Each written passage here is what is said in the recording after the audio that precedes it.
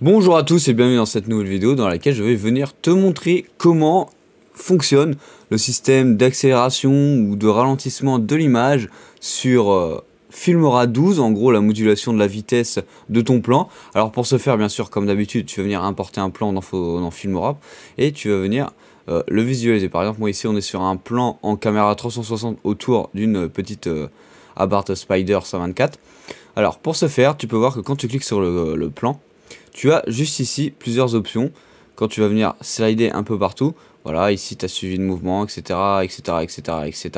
Tu vas pouvoir mettre des images clés si tu le souhaites ou pas. Mais nous, ce qui va nous intéresser, pour aller beaucoup plus rapidement, c'est quand tu cliques sur le plan, tu peux voir que tu as un panel d'options, pardon, qui va venir s'afficher. Alors moi, pour ma part, je l'ai mis qui s'affichait juste ici, mais la plupart du temps, il pourra s'afficher ici. Ça dépend comment vous avez configuré votre Filmora et votre plan quand vous faites du montage vidéo dessus.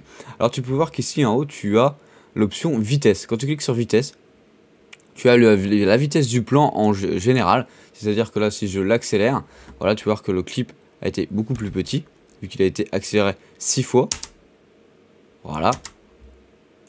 Et ça c'est la vitesse générale. Par exemple, si tu veux que je ralentisse, voilà, hop, ça ralentit le plan. Ça peut faire quelques saccades, bien sûr, ça dépend du nombre d'images par seconde que vous avez capturé. Et ça va jouer beaucoup aussi sur si vous voulez moduler ou non la vitesse de votre plan. Alors, pour ce faire, nous, qu'est-ce qu'on va aller faire pour faire des plans accélérés, que ça décélère et que ça re-accélère? Tu peux voir qu'ici, tu as modulation de la vitesse. Tu vas cliquer dessus.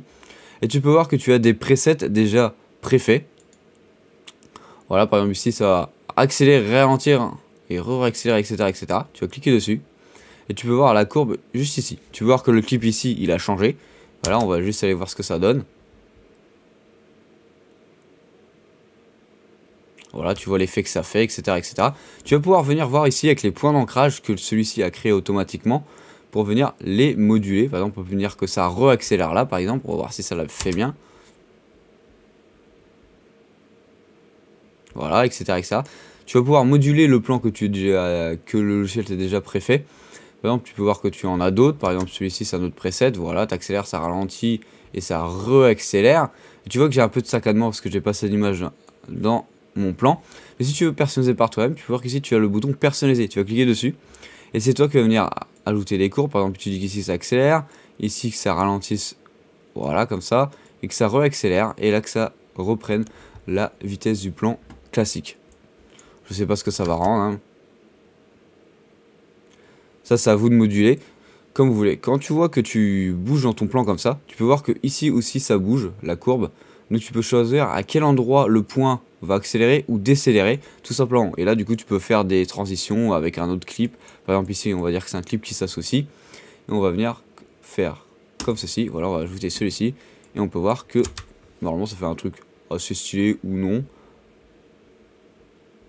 On peut voir qu'ici, il y a un trop gros ralentissement par rapport au nombre d'images que j'ai sur mon clip. Par exemple, je vais venir le monter un petit peu et ici on va faire une petite re-accélération.